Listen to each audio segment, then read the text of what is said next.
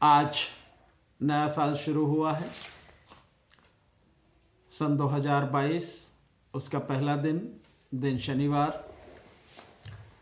आप सभी को, आप सभी के परिवारों को, रिश्तेदारों को, मित्रों को, जानने वालों को, भारत और भारत के बाहर विश्व के सभी लोगों को नए साल की बहुत बहुत बधाइयाँ। ये नया साल आपका सभी का शुभ हो, आपके जीवन में खुशहाली लाए, सुख लाए, तरक्की लाए और आपके सभी के दुख दूर हों। ऐसी शुभकामनाओं के साथ आपको नए साल की बहुत बहुत बधाई। साथियों, ये जो नया साल है, स्वाभाविक है, हर किसी की कुछ उम्मीदें होती हैं, कुछ आशाएं होती हैं और इंसान यही कामना करता है कि उसकी ये उम्मीदें, उसकी ये आशाएं पूरी हों। प्रयास भी करता है उसके लिए। कुछ पूरी हो जाती हैं, कुछ नहीं होती, किसी की हो जाती हैं, किसी की नहीं होती हैं। लेकिन फिर भी इंसान को प्रयास जारी रखना चाहिए। 2021 में जो हम सबके साथ में घटा है, विशेषकर मैं भारत के संदर्भ की बात कर रहा हूं, अपने देश के संदर्भ में बात कर रहा हूं, हम सब उससे वाकिफ हैं। और जो 2021 में घटा है, निश्चित रूप से उसकी छाया 2022 में भी पीछा नहीं छोड़ेगी। वो एक लगातार चलने वाली प्रक्रिया है। जैसे एक साल खत्म होता है, दूसरा साल शुरू होता है, एक दिन खत्म होता है, फिर शाम आती है, रात होती है, फिर सुबह आता है। ये एक लगातार चलने वाली प्रक्रिया है। तो ठीक इसी तरह से जो 2021 में बीता है, जो कुछ रहा है, जो कुछ हुआ है, वो पीछा आपका हमारा 2022 में भी छोड़ेगा नहीं। जहां तक मैं देख रहा हूं, मुझे जो समझ में आया है, या यूं कहें कि मेरा जो अपना अनुभव है, 2019 से, हालांकि हम संघर्ष बहुत पहले से कर रहे हैं। 2017 में हमने आंगनवाड़ी जो बहनें हैं उनके लिए संघर्ष किया। उत्तर प्रदेश में आंदोलन चला, क्योंकि उत्तर प्रदेश में लगभग 4 लाख आंगनवाड़ी बहनें हैं। उनका संघर्ष चला ठीक 60 दिन तक। आखिर में बिना किसी सफलता के वो खत्म हुआ। एक किस तरह से खत्म हुआ ये भी हमें मालूम है, क्या कारण रहा सब जानते हैं। वो खत्म हुआ। उसके बाद 2017 में यूपी में चुनाव हुए और उसके बाद यूपी में नई सरकार शुरू हुई, जिसके अब इस साल चुनाव होने जा रहे हैं। उसके 5 साल खत्म होने वाले हैं, अब चुनाव होने जा रहे हैं। क्या क्या 2018 में घटा, बल्कि यूं कहें कि 2016 में जब नोटबंदी हुई और उसके बाद 2017 में जब जीएसटी आया, देन उसके बाद में जो सारी चीजें चलती रहीं, कुछ भी आपसे छुपा नहीं है। क्यों नोटबंदी की गई, क्या कारण बताए गए और उसके पीछे छुपे हुए क्या कारण थे। बताया तो गया कि काला धन, भ्रष्टाचार, जाली नोट और आतंकवाद, ये 4 चीजें कही गई कि इनको खत्म करना है, इसके लिए नोटबंदी की गई है। हकीकत आप भी जानते हैं, 2017 में चुनाव था उत्तर प्रदेश में, और जो सामने पार्टी थी सपा बसपा, उन सब का जो पैसा है वो सब पैसा बेकार करना था, इसलिए नोटबंदी की गई। इसके अलावा इस देश के लोगों को पूरी तरह से आर्थिक रूप से बेकार करना था, ताकि उन्हें गुलाम बनाया जा सके, जो मुख्य उद्देश्य है बीजेपी और आरएसएस का। उसके लिए नोटबंदी की गई। लेकिन बताया ये गया ये काला धन, भ्रष्टाचार, आतंकवाद और जाली नोट सब। और आज आप सब जानते हैं काला धन अगर खत्म हो गया था तो आज कैसे निकल रहा है काला धन। कानपुर में पीयूष जैन का देखा ही आपने। पीयूष जैन जो है उसको इसलिए उसके यहां छापा मारा गया, मारना तो किसी और के यहां था जिसके यहां अब चल रहा है। पुष्पराज जैन जो एमएलसी हैं समाजवादी पार्टी के, लग गया पीयूष जैन के यहां पर। और पीयूष जैन बीजेपी का ही आदमी निकला। और जब पता लगी कि भाई अपना ही आदमी है, उससे पहले आप देखिए कि प्रधानमंत्री की भाषा देखिए कि कह रहे बक्से भर भर के नोट निकल रहे हैं। किसके हैं वो नोट? समाजवादी इत्र। मतलब प्रधानमंत्री को क्या बोलना चाहिए, क्या नहीं बोलना चाहिए, चीजें कंफर्म हैं या नहीं हैं, बिना कंफर्मेशन के प्रधानमंत्री बोलते रहते हैं। और बाद में जब पता लगी तो अपने आदमी पकड़ लिया। तो अब कैसे करें? तो तब उसको कह दिया भैया ये तो इसी का धन है, बस इसने जीएसटी से छुपाया था, जीएसटी न देनी पड़े उसकी वजह से छुपाया था इसने, है इसका जो एक नंबर का है ये सारा पैसा, तो जीएसटी वो दे देगा, बात खत्म। आप जानते हैं किस तरह से 200 करोड़ रुपया अब उसकी यह हालत हुई। इसके अलावा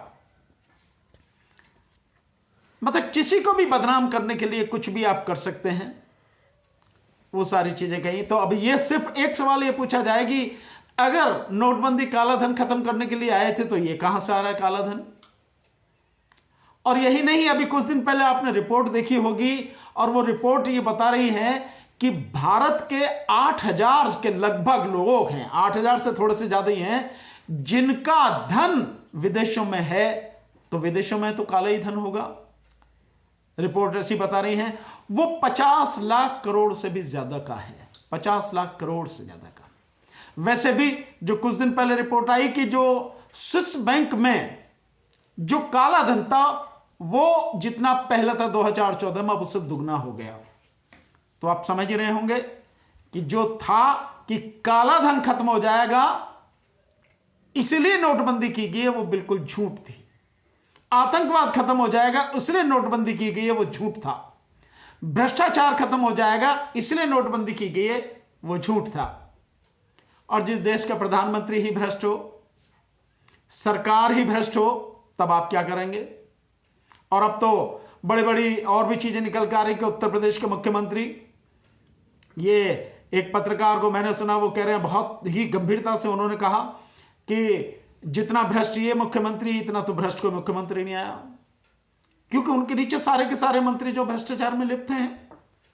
भैया सरकार उनके हाथ में है तो विरोधियों के यहां छापे मार रहे हैं। अगर उनके यहां छापे पड़ जाए, पता लग जाए कितना भ्रष्टाचार है, तो ना भ्रष्टाचार खत्म हुआ, ना काला धन खत्म हुआ, ना आतंकवाद खत्म हुआ। जाली नोट में बार बार बता चुका हूं कि एक हफ्ते बाद ही 2000 के जाली नोट आ गया। आज की तारीख में जब सरकार कहती थी कि 400 करोड़ रुपए का जाली धन है, आज की तारीख में वो कई हजार करोड़ का जाली नोट भारत में है। तो 2016 में यह हुआ जीएसटी, एक कर एक देश। आज भी कई कर इस देश में लागू हैं, सबको मालूम है।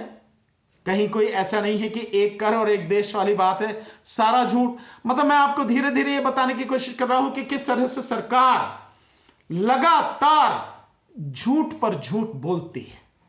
शब्द बड़े अच्छे गढ़े जाते हैं, बड़े खूबसूरत गढ़े जाते हैं, लेकिन होता सब कुछ झूठ, इसके अलावा कुछ नहीं।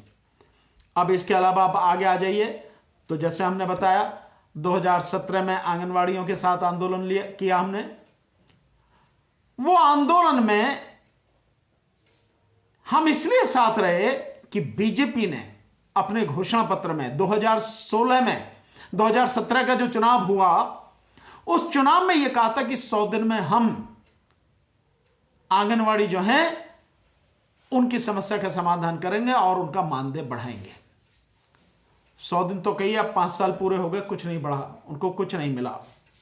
2018 और फिर 2019 में किस तरह से पुलवामा कराया गया और किस तरह से चुनाव जीता गया ईवीएम में घोटाला करके, सबको मालूम है, सब जानते हैं, कोई कहे ना कहे। और उसके बाद जिस दिन 30 मई 2019 को मोदी सरकार ने दोबारा शपथ ली। हम उसी दिन से आंदोलन कर रहे हैं। ईवीएम के विरोध में हमने आंदोलन किए। जंतर मंतर पर हमने 5 बार धरने दिए, 4 बार राष्ट्रपति को ज्ञापन दिया, कोई उसका परिणाम नहीं निकला।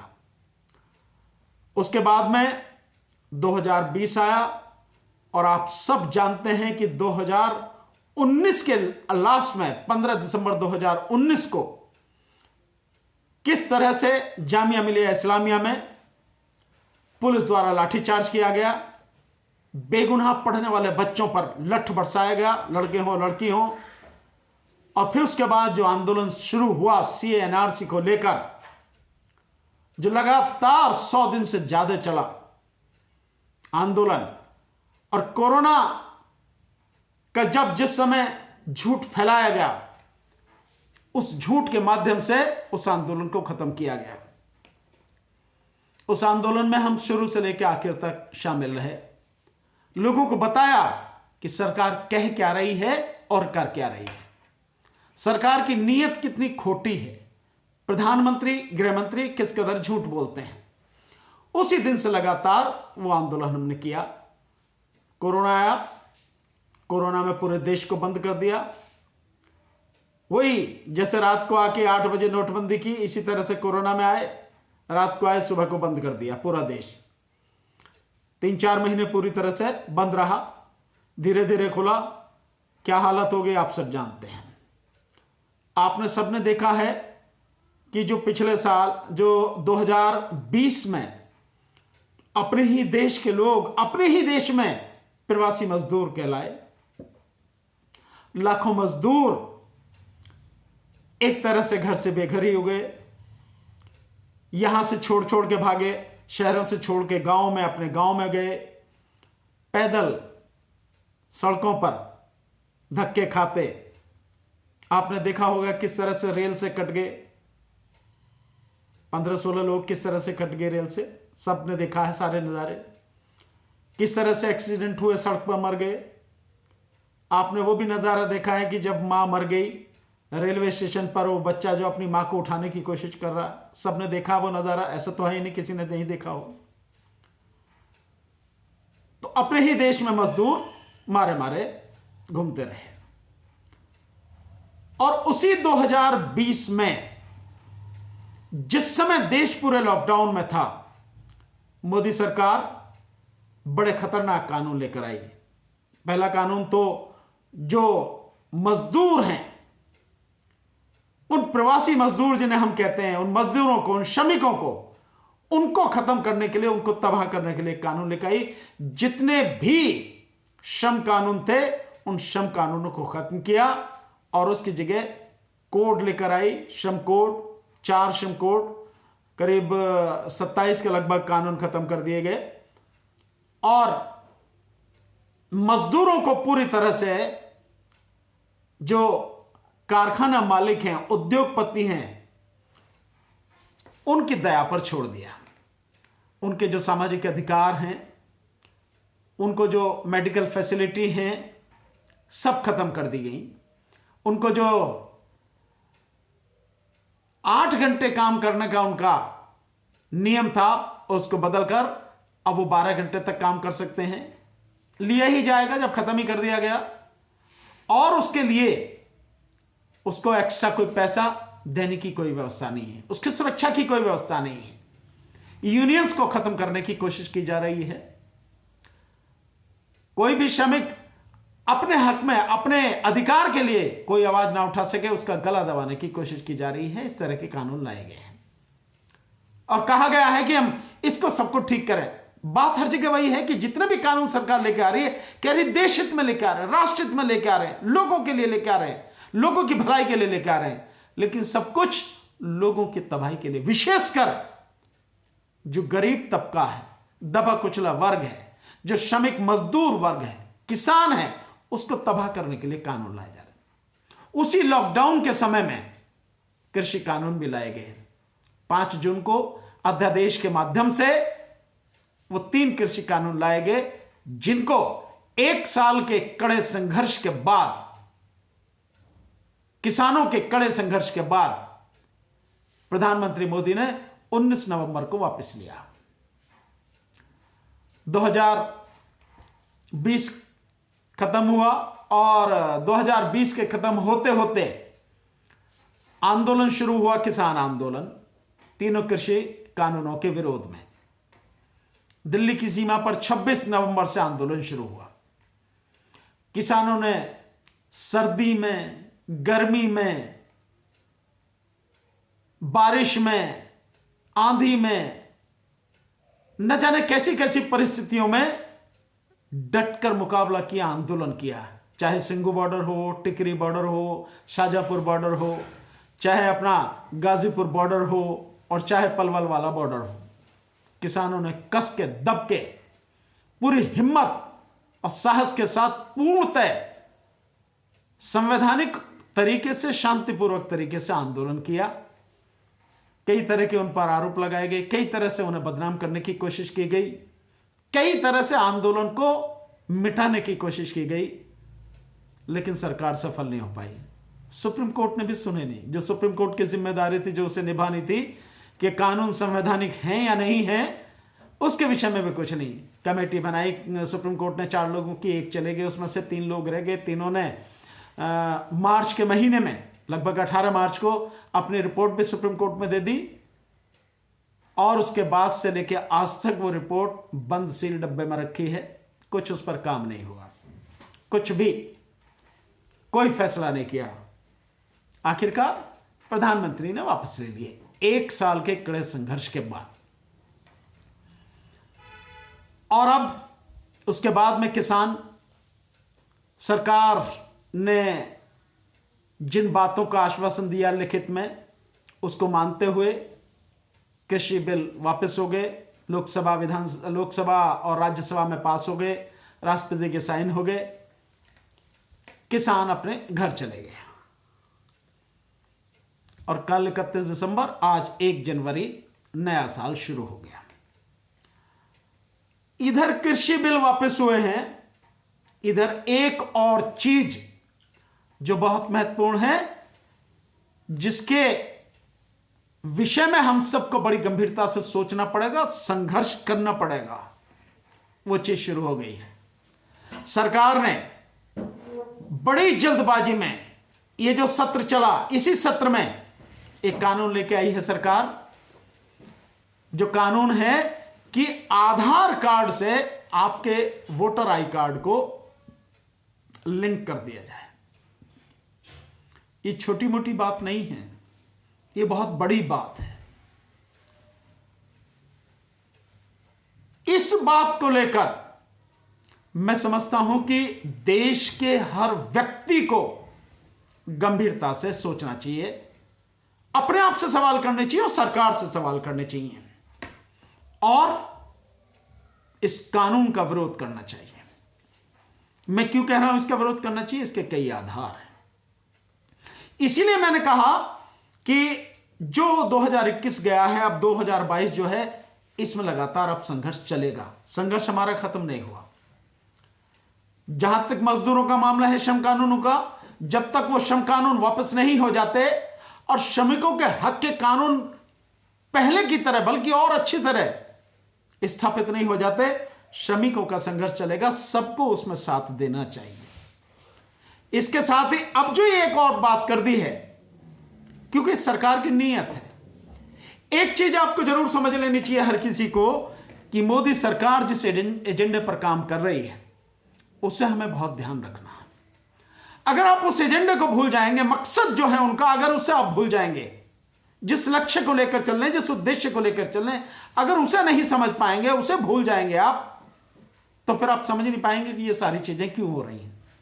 और वो है सीधा जिस हिंदू राष्ट्र की स्थापना की ये बात कर रहे हैं, क्योंकि आरएसएस और बीजेपी वगैरह इन सब का मानना यह है कि आरएसएस के 100 साल पूरे होने 2025 में, तो 2025 में हो सकता है उससे पहले ही कोशिश करें, क्योंकि जो आखिर का वर्ष है उसको शताब्दी वर्ष के रूप में भी मनाने की वो एक कोशिश हो रही है, ऐसा भी है। तो उसमें घोषित करें कि इस भारत को जो है हिंदू राष्ट्र घोषित करें। यह सब कुछ उसी प्लानिंग के तहत हो रहा है। अन्यथा आप सोचिए जरा कि बार बार यह सरकार ऐसे कानून क्यों लाती है, ऐसा काम क्यों करती है जिससे इस देश की बहुसंख्यक आबादी यानी अधिकतर लोग अपने अधिकारों से वंचित हो जाएं, उन्हें वोट देने के अधिकार से वंचित कर दिया जाए, उन्हें शिक्षा के अधिकार से वंचित कर दिया जाए। बड़ी अजीब बात नहीं लगती कि शिक्षा का अधिकार मौलिक अधिकार में शामिल है और सबके बावजूद इस देश में अधिकतर लोग अनपढ़ रखा जा रहा है, शिक्षा को खत्म किया जा रहा है। अगर शिक्षा का अधिकार मौलिक अधिकार है, फंडामेंटल राइट है, तो चाहे जितना भी उसके लिए फंड का प्रोविजन करना पड़े, प्रावधान करना पड़े, क्यों नहीं किया जाना चाहिए? चाहे वो जीडीपी का 5 नहीं 8% हो, 10% हो, 15% हो, 20% हो, इससे क्या फर्क पड़ता है? क्योंकि शिक्षा सबसे जरूरी है। तो शिक्षा के लिए मौलिक अधिकार होते हुए क्यों व्यवस्था नहीं की जा रही?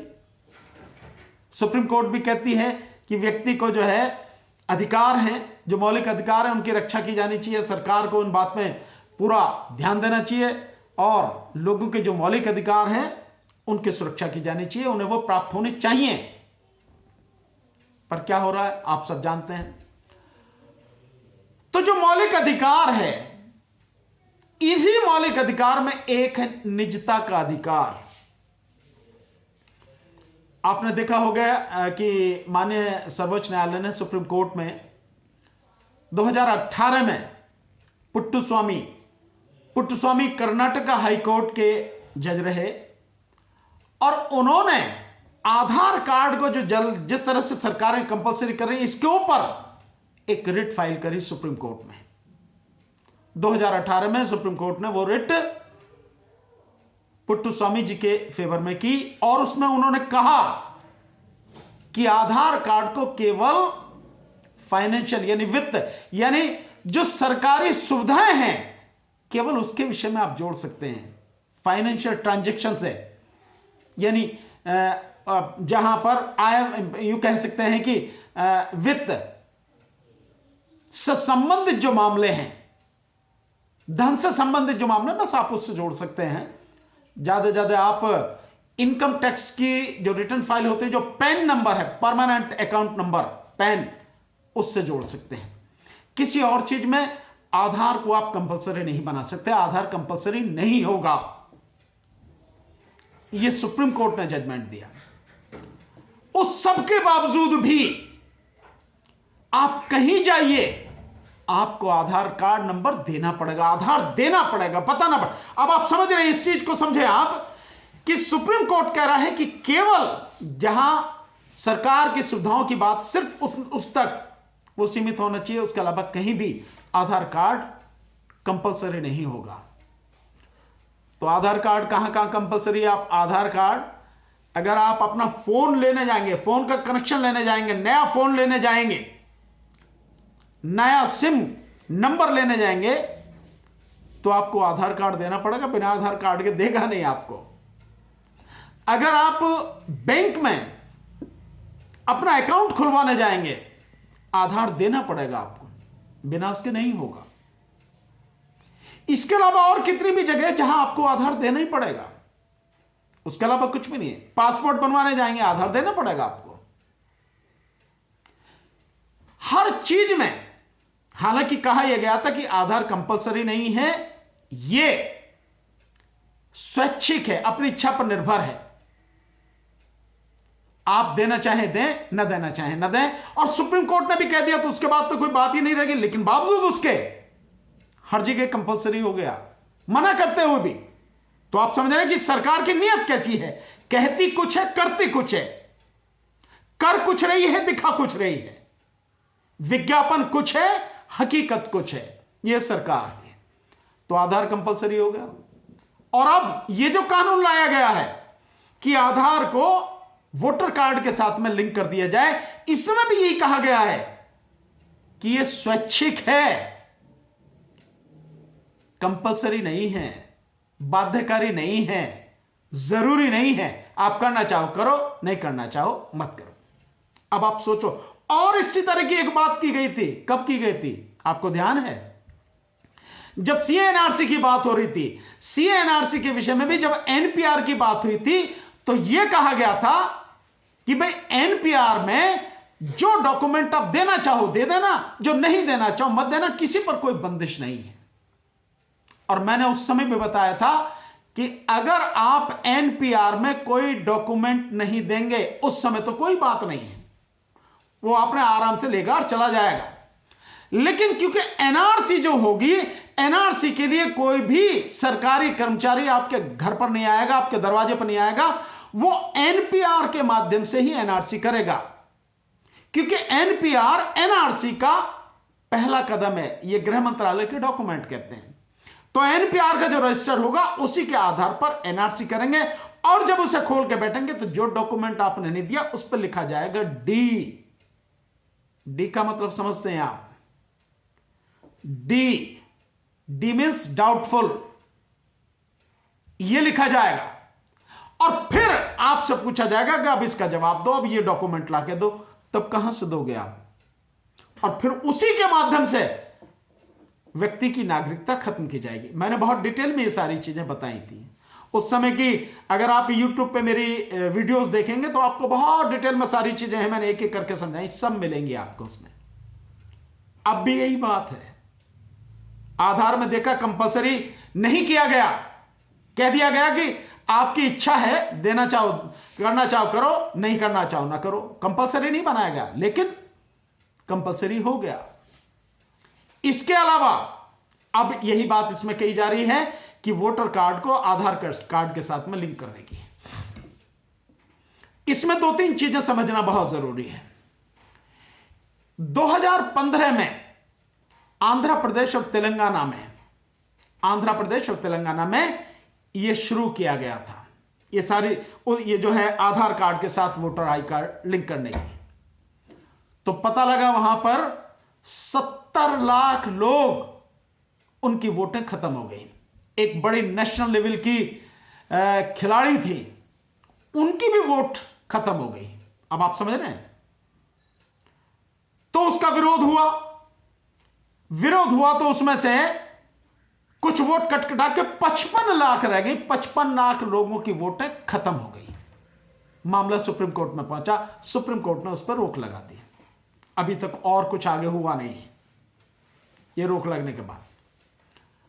उसके बाद में जब यह स्थिति सामने आई तो इससे एक अंदाजा आप यह लगा सकते हैं कि जब 55 लाख लोगों की वोटें एक ही राज्य में खत्म हो सकती हैं, तो बाकी पूरे देश में जो 28 राज्य हैं वहां क्या स्थिति होगी, इसका अंदाजा लगा। कितने करोड़ लोगों को वोट के अधिकार से वंचित कर दिया जाएगा, और जानबूझ के किया जाएगा। बहुत सी शंकाएं इसके विषय में उठाई जा रही हैं, बहुत ही जायज शंकाएं हैं जो उठाई जा रही हैं, जिनको समझना आप सबको बहुत जरूरी है साथियों। तो यह लड़ाई अब चलेगी, यह लड़ाई चलनी चाहिए।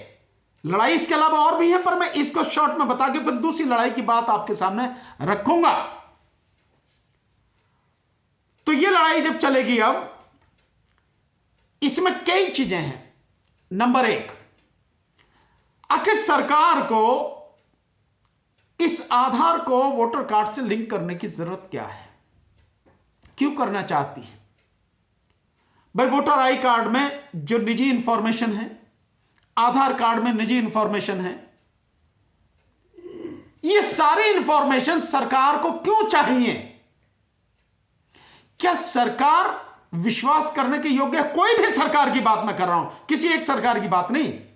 मोदी सरकार तो, या यूं कहो भाजपा सरकार तो विश्वास करने के योग्य दूर दूर तक नहीं है। लेकिन क्या कोई भी सरकार विश्वास करने के योग्य है? आज तक की स्थिति में कह सकते हैं नहीं। तो सरकारों को यह इंफॉर्मेशन क्यों चाहिए? लोगों की व्यक्तिगत जानकारियां क्यों चाहिए? जब ऑनरेबल सुप्रीम कोर्ट ये कहता है कि किसी की भी निजी जानकारी सरकार हासिल नहीं कर सकती, निजता का अधिकार है, उसका मूल अधिकार है, वो नहीं ले सकती जानकारी। और उस स्थिति में कि जब सरकार कोई जानकारी लेती है तो उसको प्रोटेक्ट नहीं कर सकती पूरी तरह से, उसको सुरक्षित नहीं रख सकती। और वो सरकार, जो सरकार जासूसी कर रही है, करवा रही है, और इतनी उसकी आप देखिए तानाशाही देखिए, ये यूं कहें कि बेईमानी देखिए कि जब सुप्रीम कोर्ट में मुकदमा आ रहा है जासूसी का, पेगासस का, तो सरकार कह रही है हम नहीं देंगे आपको जवाब, आपको जो करना कर लीजिए। आप देखिए बेशर्मी देखिए, उसकी बेहयाई देखिए। वो सरकार आपकी सारी जानकारी लेना चाहती है। जासूसी किस किस की करवा रही है? वो जासूसी करवा रही है जो विपक्ष के नेता हैं उनकी, वो जासूसी करवा रही है पत्रकारों की, वो जासूसी करवा रही है वकीलों की, वो जासूसी करवा रही है आर्मी के लोगों की, आर्मी के ऑफिसर्स की, वो जासूसी करवा रही है एयरफोर्स के ऑफिसर्स की, वो जासूसी करवा रही है सुप्रीम कोर्ट के जजेस की, वो जासूसी करवा रही है सीबीआई के ऑफिसर्स की, वो जासूसी करवा रही है आपके सीवीसी के ऑफिसर्स की, वो जासूसी करवा रही है इनकम टैक्स के लोगों की। वो सीवीसी, वो इनकम टैक्स, वो सीबीआई, वो ईडी, जो सरकार के हाथ की कठपुतली बने हुए, उसका हथियार बने हुए, उसके लिए काम कर रहे हैं, उनकी भी जासूसी करवा रही है। यहां तक कि अपने मंत्रियों की, अपने नेताओं की भी, अपने सांसदों विधायकों को उनकी भी जासूसी करवा रही है। इस तरह से जासूसी कर, महिला पत्रकारों की जासूसी करवा रही है। और जासूसी भी उस तरह की जो आपने देखा है कि पेगासस एक इस तरह का जो सॉफ्टवेयर है कि अगर आपका मोबाइल बंद है तो भी उसका कैमरा ऑन किया जा सकता है, उससे जानकारी हासिल की जा सकती है। और ये वो सरकार है जिसने भीमा कोरे गांव में करीब 15 लोगों को, बेगुनाह लोगों को जेल में ठूंस रखा, बंद कर रखा यूएपीए कानून के तहत, भीमा कोरे गांव के केस में। ये वो है सरकार, वो जासूसी करवा रही है।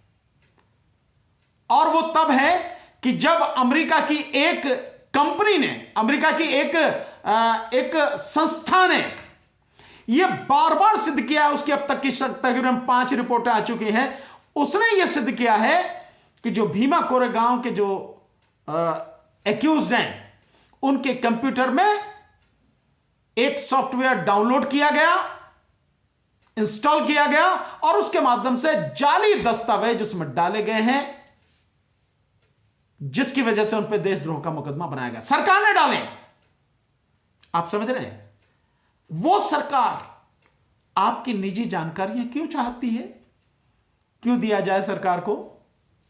वो सरकार जो इस देश को पूरी तरह तबाह करना चाहती है, गुलाम बनाना चाहती है, उस सरकार को ये जानकारियां क्यों दी जाए? किस बात के लिए चाहिए उस सरकार को? तो ये जो मसला है बहुत ही गंभीर मसला है। दूसरा, एक जो मैंने बताया कि तेलंगाना, आंध्र प्रदेश में 55 लाख लोग बाहर हो गए, वहीं पर 7 करोड़ 82 लाख लोगों का डाटा एक कंपनी को बेच दिया गया, एक प्राइवेट कंपनी को बेच दिया गया। आप समझ रहे हैं डाटा की कीमत आज की तारीख में क्या? डाटा मतलब मेरी आपकी जानकारी, भाई मेरा नाम क्या है, मेरा पता क्या है, मैं करता क्या हूं, रहता क्या हूं, मेरी बाकी सारी जो चीजें हैं, मेरा फोन नंबर क्या है, मेरा ईमेल आईडी नंबर क्या है, मेरा फेसबुक नंबर क्या है, ये सारी चीजें, ये डाटा, इसे डाटा कहते हैं। और ये किस तरह से बेचा जाता है, किस तरह के काम में आता है, किन किन कामों में आ सकता है, किस तरह से जिस व्यक्ति के खिलाफ भी कोई कार्रवाई करनी हो उसके खिलाफ, उसके विरोध में ये कैसे काम आ सकता है, कैसे व्यक्ति की सुरक्षा तक दांव पे लग सकती है, आप सब जानते हैं, इसको समझ सकते हैं। तो डाटा बेचा गया। दूसरा, एक बहुत बड़ा तर्क, जब इलेक्शन कमीशन ने इलेक्शन सुधार की बात कर रहे हैं, इलेक्शन सुधार में यह बात कही जा रही है कि यह इसलिए हम लिंक कर रहे हैं बड़े मजेदार तर्क दिए गए हैं, आप देखेंगे बड़े हास्यास्पद, इसके अलावा है भी नहीं। मोदी सरकार के पास में हास्यास्पद काम करने के अलावा कुछ है ही नहीं, कोई गंभीर काम तो है ही नहीं। तर्क ये दिए जा रहे हैं कि जब आधार कार्ड और वोटर कार्ड लिंक हो जाएंगे तो जो जाली वोट हैं वो हट जाएंगी, जाली वोटें इससे हट जाएंगी। तो आप ये पूछा जाए कि इसके लिए आधार कार्ड लिंक करने की क्या जरूरत है? अगर जाली वोट ही हटनी है, आज की तारीख में तो वोटर आई कार्ड पर फोटो होता है, आधार पर तो होता ही है। और अभी आधार ही अपने आप में कंप्लीट रूप से सुरक्षित नहीं है पूरी तरह से। यूनिक आइडेंटिफिकेशन जो वो है, एक जो संस्था जो आधार कार्ड को देखती है, वो खुद कहती है कि आधार ही सुरक्षित नहीं है। उसके साथ में आप जोड़ रहे हैं, इसको क्यों जोड़ रहे हैं? अगर इलेक्शन वाली वोटें जो है, मतलब वोट फर्जी वोट बनती हैं, तो आप उस सॉफ्टवेयर को आप इंप्रूव कीजिए ना, कि जिसमें फोटो भी है, नाम भी है, सारे भी है। अगर उसका कहीं डबल होता तो फोटो से तो हो ही सकता ना आइडेंटिफाई, तो तुरंत वो फोटो से आइडेंटिफाई हो जाए। और अगर उसका कहीं भी बना हुआ है तो वो एक जगह ही रह जाए, बाकी सब जगह से खत्म हो जाए। आप उसको डेवलप कीजिए ना। आप इसको लिंक कैसे कर रहे हैं? इससे लिंक करके क्या होगा जबकि आधार ही सुरक्षित नहीं है? और किस तरह से आधार के माध्यम से ही आपके अकाउंट तक पहुंचा जा सकता है, आपके बैंक अकाउंट तक पहुंचा जा सकता है, उसमें पैसे डाले जा सकते हैं, उससे पैसे निकाले जा सकते हैं। यह भी पीछे दिखाया गया है। बाकायदा एक सीनियर आईएएस ऑफिसर ने वो सारा सब कुछ करके दिखाया था एक बार, सारी चीजें हैं। तो आप कैसे इसके साथ में लिंक कर देंगे? तो जो तर्क है सरकार का कितना हास्यास्पद है आप समझ सकते हैं सारी चीजें। इसके अलावा इनको क्यों नहीं जोड़ना चाहिए, आप इसको समझें। देखिए आधार जो है, मैं आपको एक चीज दिखाने की कोशिश करता हूं, उससे आप समझेंगे कि कहानी क्या है। आधार कार्ड जो है आपका, वो आधार कार्ड केवल आपका जो पता है, व्यक्ति का पता है, वो सिर्फ पते से संबंधित है, वो रेजिडेंस का प्रूफ है, वो उसके अलावा किसी और चीज का प्रूफ नहीं है। यूं कहो कि नागरिकता का प्रूफ वो नहीं है। और जो आपका इलेक्शन कार्ड है, जो इलेक्शन कार्ड है वो क्या है? वो तो नागरिकता का प्रूफ है,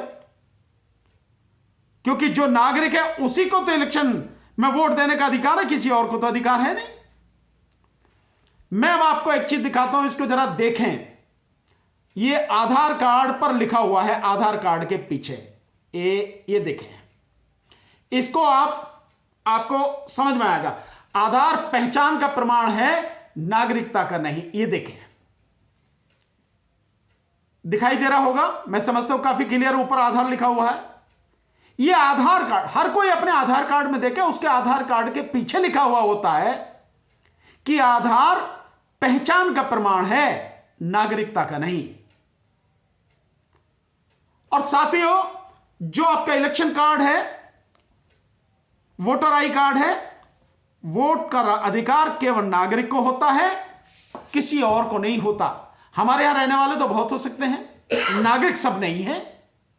दुनिया भर के लोग यहां रहते हैं, नागरिक सब नहीं है। उनके आधार हो सकते हैं, उनके पहचान प्रमाण पत्र हो सकते हैं, लेकिन आधार नहीं है, उनके वोटिंग राइट नहीं है। तो जो नागरिक का अधिकार है उसको आप ऐसे उससे पहचान पत्र से जोड़ रहे हैं जिसका कोई बेस नहीं है, जिसकी कोई जरूरत नहीं है। नियत क्या है? नियत यह है कि इसके आधार पर आप जिन लोगों को चाहते हैं उन लोगों का वोटिंग राइट खत्म कर दें। यह नियत है असली। यहां तक कि जस्टिस एमएस कृष्णा करके हैं, जस्टिस कृष्णा जो है, उन्होंने जब इलेक्शन कमीशन ने किया तो उसका बड़ा विरोध किया और उन्होंने कहा कि यह जो इलेक्शन कमीशन कर रहा है यह उसका सुझाव बिल्कुल गलत है। आधार को वोटर आई कार्ड के साथ में, यह इलेक्शन लिस्ट के साथ में जोड़ना ठीक नहीं है, यह बहुत खतरनाक है। एक जज इस बात को कह रहा है। ये उनका कहना है जज साहब का, और उनके बड़े आधार हैं, जैसे मैंने आपको चीजें बताई कि किन किन वजह से वो सब कह रहे हैं। और जैसे मैंने आपको पहले भी कहा कि जैसा वो कह रहे हैं कि ये स्वैच्छिक है, आपकी मर्जी है, आप जोड़ो मत जोड़ो, तो इसका मतलब जब नहीं जोड़ेगा कोई, और जब वोटिंग पड़ रही है, पड़ रही है, और वोट के समय जो पोलिंग पार्टी है, जो वहां पे प्रिजाइडिंग ऑफिसर है, उसने कहा कि भैया अपना वो दिखाओ, आपका आधार के साथ में लिंक है कि नहीं है, तब क्या करेंगे आप? क्या झगड़ेंगे आप? क्या होगा? उसी झगड़े में आपका वोटिंग राइट खत्म हो जाएगा, रह जाएंगे आप वोट डालने से, और वो जो चाहते हैं वो काम हो जाएगा। मकसद सिर्फ एक है कि कानून का सहारा लेकर किसी भी तरह से अधिक लोगों को उनके अधिकारों से वंचित किया जाए, विशेषकर वोटिंग अधिकार से वंचित किया जाए, लोगों को अशिक्षित बनाया जाए, शिक्षा खत्म कर दी जाए, और साथ में लोगों को आर्थिक रूप से तबाह कर दिया जाए, उनको बेरोजगार कर दिया जाए, ताकि वो न चलने के काबिल रहे, न लड़ने के काबिल रहे, न आवाज उठाने के काबिल रहे। इसलिए सारी चीजें लगातार हो रही हैं। देश के बड़े 500 बड़े प्रतिष्ठित पत्रकार, साहित्यकार, आईएएस आईपीएस ऑफिसर, जुडिशरी के लोगों ने मिलकर बाकायदा 1 सितंबर 2021 में इलेक्शन कमीशन ऑफ इंडिया को एक वो दिया रिप्रेजेंटेशन, इसी के विरोध में कि आधार के साथ इसको लिंक ना किया जाए। सारी चीजें उसमें बताई हैं उन्होंने, एक एक करके हर चीज गिनाई है, लेकिन न इलेक्शन कमीशन माना, क्योंकि इलेक्शन कमीशन तो गुलाम है। मुझे इसे कहने में कोई दिक्कत नहीं है, गुलाम है, सरकार की गुलामी कर रहा है। कभी टीएन शेषन साहब इलेक्शन कमिश्नर थे, जिस समय पता लगी कि इलेक्शन कमीशन भी कोई चीज होता है, सरकार की एक बात नहीं मानी, और संविधान के अनुसार जो भी संवैधानिक चीजें थी उनको लागू कराया, कोर्ट के माध्यम से भी लागू कराया। एक वो इलेक्शन कमिश्नर थे, और एक इस समय इलेक्शन कमिश्नर हैं। लगातार आप देख रहे हैं, गुलामी करने के अलावा कुछ काम नहीं है। जाते हैं उत्तर प्रदेश में देखने, तो मर्सिडीज गाड़ी में जाते हैं, और जब हल्ला मचता है तो मर्सिडीज गाड़ी हटा दी जाती है, और वो मर्सिडीज गाड़ी भी सरकारी नहीं है, मर्सिडीज गाड़ी भी किसी की है, प्राइवेट की, और उन गाड़ियों के भी चालान वगैरह हो रहे हैं। उनके गाड़ियों के जो है ना, वो पॉल्यूशन वगैरह के पेपर कंप्लीट नहीं है, मर्सिडीज गाड़ी है। जब हल्ला मचता है, मीडिया में आती है, सोशल मीडिया में आती हैं, तो उनकी जगह हटा के इनोवा गाड़ी लगा दी जाती है। आप समझ रहे हैं क्या स्थिति है? यह है इलेक्शन कमीशन। तो इलेक्शन कमीशन क्यों चाह रहा है, क्यों खेल रहा है? यह वही इलेक्शन कमीशन है जिसको प्रधानमंत्री के यहां से जो मुख्य सचिव है वो बुलाते हैं, और वो इलेक्शन कमीशन वहां जाता, बात करते हैं। क्या जरूरत है भाई? प्रधानमंत्री से, सरकार से इलेक्शन कमीशन का क्या लेना देना है? इलेक्शन कमीशन पूरी तरह से संवैधानिक एक संस्था है, उसे अपने हिसाब से अपने दायरे में काम करना चाहिए। उसे क्या जरूरत है सरकार के यहां जाने की? प्रधानमंत्री बुला रहे तो आप जा रहे हैं, यह स्थिति हो रही है। तो कैसे निष्पक्ष चुनाव होगा, ये सारी चीजें जानते हैं। अब इसके बाद मैं एक चीज और कहना चाहूंगा साथियों, तो ये सिर्फ मैं जो आज आपके सामने बातें रख रहा हूं कि नया साल जरूर हुआ है, लेकिन संघर्ष हमारा सबका जारी है। और इस संघर्ष में मैं तभी एक बात कहना चाहूंगा, बार बार कहता हूं, फिर कहता हूं साथियों, संघर्ष हमें तब तक करना है जब तक इस देश को जिस दलदल में यह फंस चुका है वहां से बाहर निकाल के नहीं लिया है। और उस दलदल से बाहर निकालने के लिए एक बड़ा काम करना पड़ेगा, बीजेपी को पूरी तरह से परास्त करना पड़ेगा चुनावों में। उत्तर प्रदेश के चुनाव सामने हैं, उत्तर प्रदेश के चुनावों में पूरी तरह से परास्त करना पड़ेगा, प्रदेश को बचाना पड़ेगा, देश को बचाना पड़ेगा। और उसके बाद में 2024 में देश से जब लोकसभा चुनाव हो, उसमें पूरी तरह से बीजेपी को जड़ से उखाड़ के फेंकना है। तभी यह संघर्ष हमारा कुछ हद तक कामयाब होगा साथियों।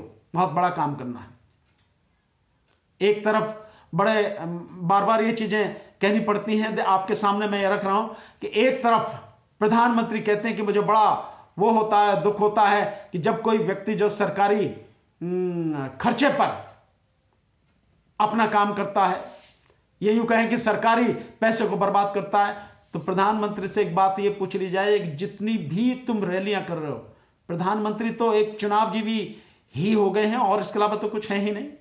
प्रधानमंत्री से पूछ लिया जाए कि तुम जितनी भी ये रैलियां कर रहे हो, सब चुनावी रैलियां हैं, लेकिन सरकारी खर्चे पर हो रही हैं, और सरकारी खर्चे पर भी बाकायदा जिस जगह होती हैं उस जगह का डीएम, उस जिले का डीएम बाकायदा आदेश निकालता कि इतनी सरकारी बसें चाहिए रोडवेज की प्रधानमंत्री की रैली के लिए, वहां से वहां, और उसको पैसे देने के लिए भी वो कहता कि इसका पेमेंट कौन करेगा, इरिगेशन डिपार्टमेंट करेगा या ये डिपार्टमेंट करेगा या वो करेगा। बाकायदा ये सारी चीजें सरकारी पैसा है, टैक्स पेयर का पैसा, इस देश के गरीब जनता की खून पसीने की कमाई का पैसा है, जिसे तुम बर्बाद कर रहे हो, प्रधानमंत्री बर्बाद कर रहे हैं।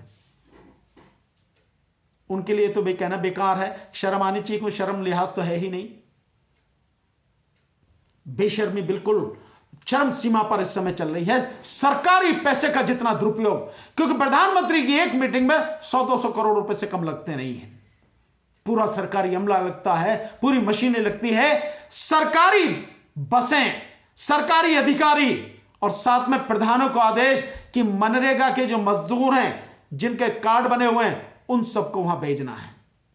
सुमंगलम एक व्यवस्था चला रखी है महिलाओं के लिए, स्वयं समूह वाली, उस स्वयं समूह की सुमंगलम जो योजना है, उसकी जो महिलाएं हैं उनको झूठ बोलकर लाया जाता है, जैसे इलाहाबाद की रैली में उन्हें लाया गया, औरतों ने कहा भी, सबके सामने कहा। ये सारी चीजें हैं, ये लगातार ये सब हो रहा है, ये स्थिति है देश की। और साथियों, इसके साथ कृषि बिल वापस हुए हैं, जो मजदूरों के बिल हैं वो वापस नहीं हुए, वो लड़ाई बाकी है। और सरकार जो लेकर आई थी देश की तबाही के लिए कृषि बिल, किसानों की संघर्ष के बाद वो वापस हुए, लेकिन किसानों की बाकी समस्याएं जो कि त्यों पड़ी हैं, वो समस्याएं गन्ना किसान की समस्या है। तकरीबन 16,000 करोड़ गन्ना किसान का अभी बकाया पड़ा है, अभी उस पर कोई बात नहीं हुई, वो समस्याएं जो कि त्यों बरकरार है। एमएसपी का मुद्दा जो कि त्यों बरकरार है, लड़ना पड़ेगा एमएसपी के लिए, और एमएसपी ही नहीं, एमआरपी, इसके लिए भी संघर्ष करना पड़ेगा। पूरे किसान आंदोलन में मैंने ये बात उठाई थी, इसको भी थोड़ा सा समझ लें एक मिनट में कि एमएसपी तो है कि मिनिमम सपोर्ट प्राइस, जिसके विषय में बाकायदा मैं नहीं समझता कि किसी कमेटी की जरूरत है, जब ऑलरेडी कह रखा है, स्वामीनाथन कमीशन ने कह रखा है कि जो किसान की लागत है और जो किसान की जमीन की कीमत है, किराया जिसको कह सकते हैं आप, और उसकी मेहनत, जो उसका परिवार उस पर मेहनत करता है, इसको जोड़ के जो एक्चुअल में C2 बनता है, C2 का जो फार्मूला है, उसको उस पर 50% जोड़ के, इसको एक बहुत मोटा सा ऐसे समझ लें कि आज की तारीख में जो एमएसपी सरकार डिक्लेयर कर रही है, जैसे गेहूं की एमएसपी इस समय 2015 है, तो जो एमएसपी डिक्लेयर कर रखी उस पर 50% और जोड़ दीजिए आप, तो तकरीबन वो चला जाता है, यानी आज की तारीख में जो एमएसपी होनी चाहिए गेहूं की, वो 3,000 के पार होनी चाहिए। 3,000 इतनी एमएसपी जो चाहिए, इसके लिए किसी कमेटी की जरूरत नहीं, ऑलरेडी सबको डिसाइडेड है। यह कानून बनाने की जरूरत है। आप किसी को उसकी लागत का पैसा तो देना चाहोगे कि नहीं देना, उसकी जो लागत है वो नहीं मिलना चाहिए उसे। बड़े अफसोस की बात है कि इस देश में नहीं, दुनिया में, इस देश में विशेषकर, कि कोई भी कोई चीज बनाता है, किसी का उत्पादन करता, उसकी कीमत वो तय करता है। एक किसान ही ऐसा है, किसान की ही स्थिति ऐसी सरकार ने बना रखी है कि वो किसान लगातार मेहनत करता है, रात दिन, महीनों सालों मेहनत करता है, और जो पैदा करता है उसकी कीमत वो नहीं तय करता, या तो व्यापारी तय करेगा या सरकार ने तो केवल दिखावे के लिए कर रहा, हकीकत में तो उसकी कीमत व्यापारी तय करता है, और उसे एक तरह से लूट मची हुई है, लूट के ले जाता है। सरकार ने तय कर रखा है 2015 गेहूं की एमएसपी, और उससे किसान से लिया गया 1,500-1,600 रुपए।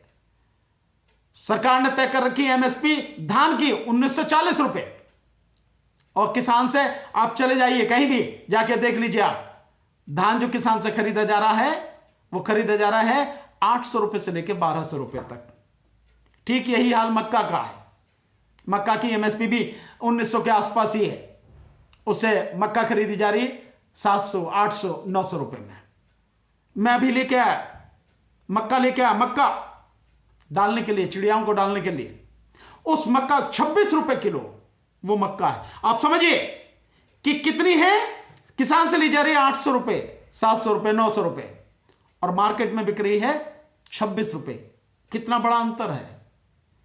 ये जो 3 गुने रेट पर बिक रही है, 3 गुने रेट पर, तो ये 2 गुना जो पैसा है, वो पैसा कितना मुनाफा चाहिए आखिर।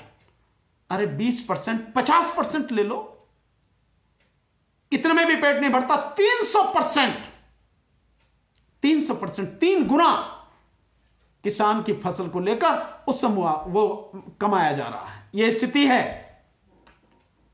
तो इसलिए हमने जो एमआरपी की बात की, मैंने एमएसपी तो ठीक, एमएसपी के साथ साथ एमआरपी, वो मैंने बात इसलिए की है कि अगर किसान से जो सरकार तय कर रही है उस पर नहीं ले रहे, होना यह चाहिए। और यही हमारी लड़ाई है कि यही, इसके लिए हम संघर्ष करेंगे, इसे लेकर रहेंगे हम कि जो सरकार एमएसपी तय कर रही है, सरकार यह भी तय करे कि इसका मैक्सिमम रेट क्या होगा। आप दे दीजिए, किसान से लेकर जो व्यापारी दे रहा है उसको दे दीजिए 20%, 30% मुनाफा दे दीजिए। कुछ कर तो रहा ही नहीं है, केवल लेके खरीद के तो बेचना ही तो है, उसे दे दीजिए इतना %। उसके बाद में फिर आम लोगों तक जा रहा, उसको भी दे दीजिए। जो खुदरा जो व्यापारी है, दुकानदार है, उसको भी दे दीजिए। उसके बाद में किसान तक, जो वहां तक पहुंच रहा है, आम आदमी तक, उसको तो फायदा मिलना चाहिए। कितना अफसोस है कि जो किसान से लिया जा रहा है 800 रुपए में, वो जो आम आदमी है उसको दिया जा रहा है वो 26 रुपए में, 3 गुने दांव में, 300% पे। तो ना तो किसान को फायदा हो रहा और ना ही जो उसका आखिर में इस्तेमाल कर रहा है उपभोक्ता, जिसे हम बोलते हैं, यानी जो उस चीज को खा रहा है, उसको उपयोग में ला रहा है, ना उसको फायदा हो रहा। किसी को तो फायदा होना चाहिए, लेकिन फायदा किसको हो रहा? बीच के आदमी को, और जो कोई काम नहीं कर रहा। उसने कहा सिंपल इतना ही है, उसके पास पैसा है, पैसे के दम पे खरीद लिया और आगे बेच दिया। तो मेरा मानना यह है कि एमआरपी पर भी कम से कम मैं तो लगातार आवाज उठाऊंगा, यह बात हमें करनी पड़ेगी। तो एमएसपी तय हो, एमआरपी तय हो, लोगों को सही रेट में चीजें मिले। तो ऐसे कितने ही संघर्ष लगातार चलेंगे। और एक साथियों, ईवीएम का संघर्ष, मुझे अफसोस के साथ कहना पड़ रहा है कि बहुत साथियों से मैंने रिक्वेस्ट की, लेकिन साथियों ने जो साथ देना चाहिए देश के लोगों ने, उस तरह से साथ नहीं दिया। फिर भी हम हतोत्साहित नहीं हैं, हम इस संघर्ष को जारी रखेंगे। और जो सिग्नेचर कैंपेन ईवीएम के विषय में हमने चला रखा है, हम उसको जारी रखेंगे आगे, और इसको पूरी तरह से हटवाना हमारी प्राथमिकता है। हम इसको छोड़ेंगे नहीं साथियों। तो हमारा संघर्ष तो जारी है, लगातार जारी है। इस संघर्ष को हम करते रहेंगे साथियों, लगातार इस संघर्ष को हम करते रहेंगे। एक बार फिर से आप सभी को नए साल की बहुत बहुत बधाइयां। आपका जीवन नए साल में सुखी हो, आप सब लोग खुश रहें, तरक्की करें, आगे बढ़ें। इन्हीं शुभकामनाओं के साथ सभी को नमो बुद्धाय, जय भीम, जय जोहार, आदाब, सत श्री अकाल, नमस्कार।